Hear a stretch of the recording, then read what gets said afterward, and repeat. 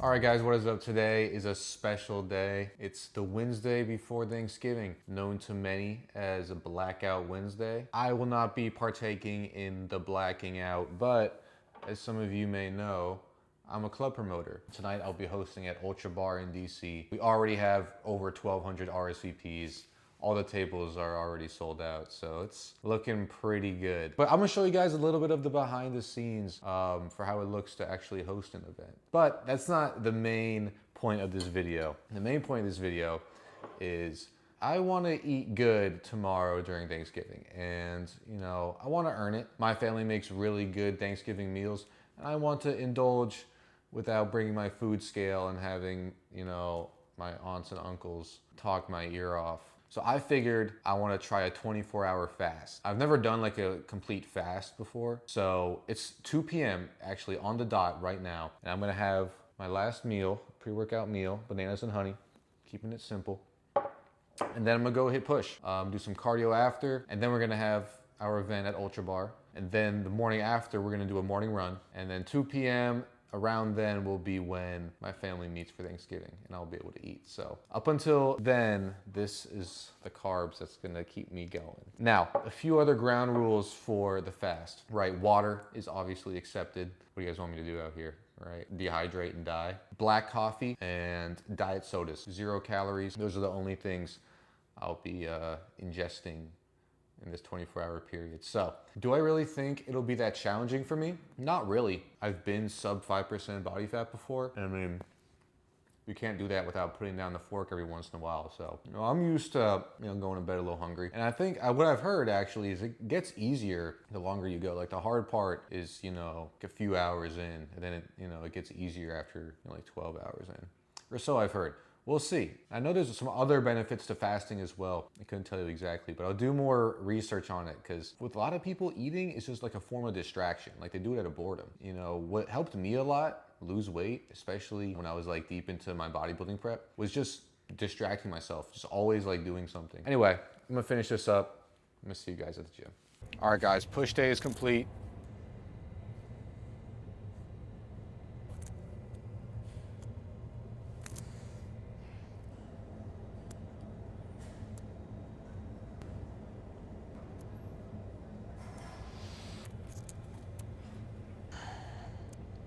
Feeling pretty good. Feeling a little flat. That's what's gonna happen on a fast.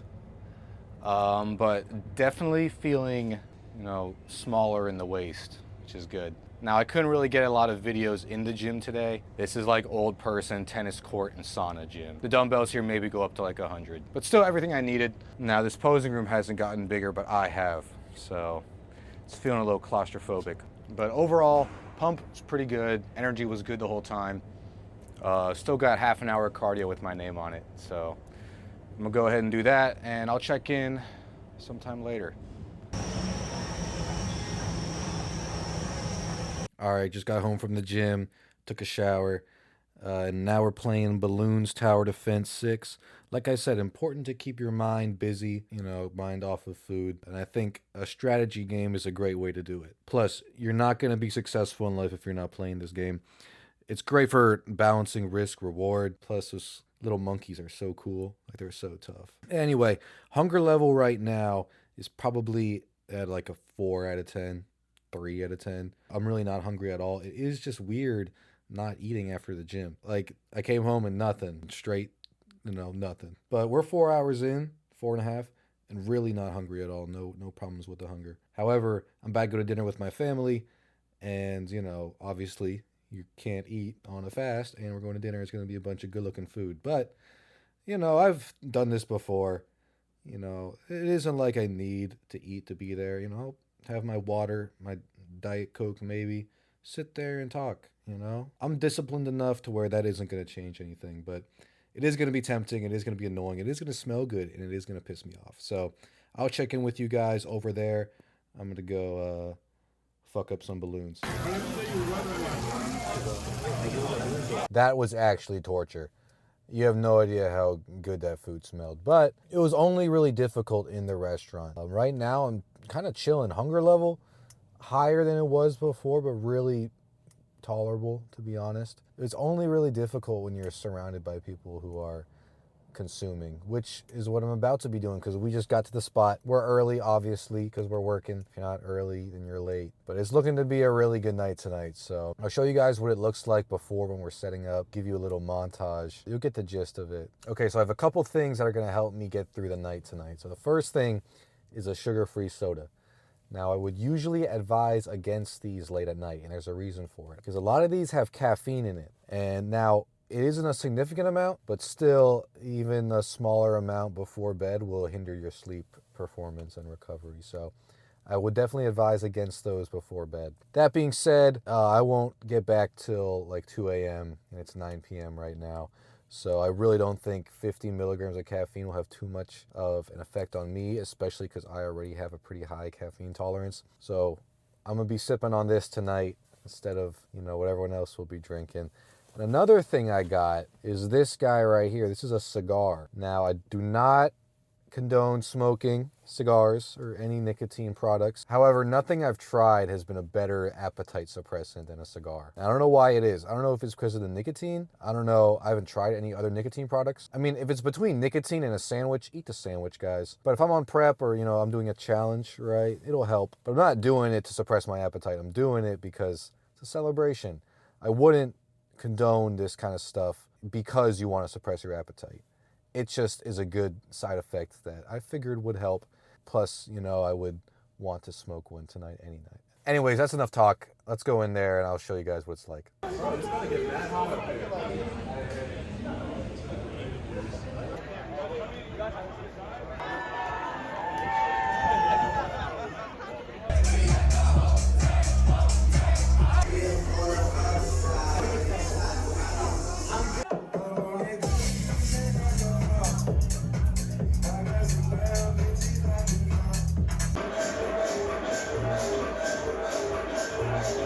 Rise and shine, bitches. 7:30 right now. Probably got back at like 3:30.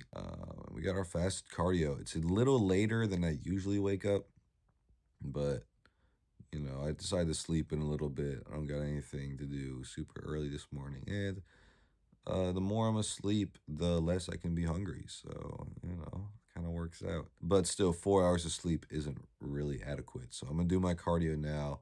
Get some more sleep when I get back, but I do like to do it early in the morning. So, or honestly, I don't like to do it at all, but that's not really part of the criteria of me doing something. If I like something or not, that's not a checkbox, right? It's something I should be doing. So that's why I'm going to do it. It's like 32 degrees out right now, 7 a.m. I do not enjoy this. I do not. You just got to act on it. You know the right thing to do in life. Just act. Just start. That's the hardest part, is starting it. Because you're going to want to finish it. Anyway, I'm done thinking about it, because the more I think about it, the more I'm going to suffer. It's funny, a lot of the suffering is in your head and not actually in the running, in the cardio, in the work. It's in the head. So remove your brain. Don't use your brain, and just act. Let's rip this Band-Aid off and get it done. I'll tune in with you guys later.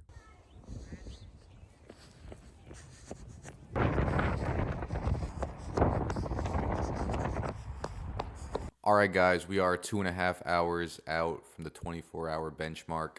It's 11:30 right now, so we still got a little time left, but really the hunger isn't hitting. It really isn't that bad. The issue is the fatigue. Like, I'm just like tired. I'm just exhausted. Like, getting out of bed today was brutal. Standing up from a seated position is hard. But that might also be because of the exercise I'm doing while fasted and the fact I got 4 hours of sleep. But I got a black coffee, and I'm keeping my mind busy with the crosswords. So really, it's not that bad. And again, if you keep your mind busy, put yourself in an environment when you aren't thinking about food, it really isn't that hard. And there's a saying out there that you're a culmination of the 5 people you hang around most. Now, I don't know about exactly 5, right? But what I can agree on is that your environment dictates a lot about who you are and who you're going to become. So, you need to take initiative to change your environment, right? If you're in a bad living situation, if you're, surrounded by things you don't want to be surrounded by, if that's not part of your goals, you need to hold yourself accountable for changing that, right? And if you are in a situation where, you're stuck then you need to understand that and be a role model to the people and the environment around you, you know. But do the best you can to change your environment. You can't make the excuse anymore that your failures are a product of your environment, because you're in control of your environment. Take accountability, please. I remember I was in a circumstance where I didn't like, and I was in it for too long, and I regret not leaving sooner, but you know, I'm grateful that, you know, I was able to hold myself accountable enough to make the decision to change. And it comes with following your word. You know, I hate it when people break promises. I'm sure you do too. Like, don't you hate it when people don't follow through with what they say?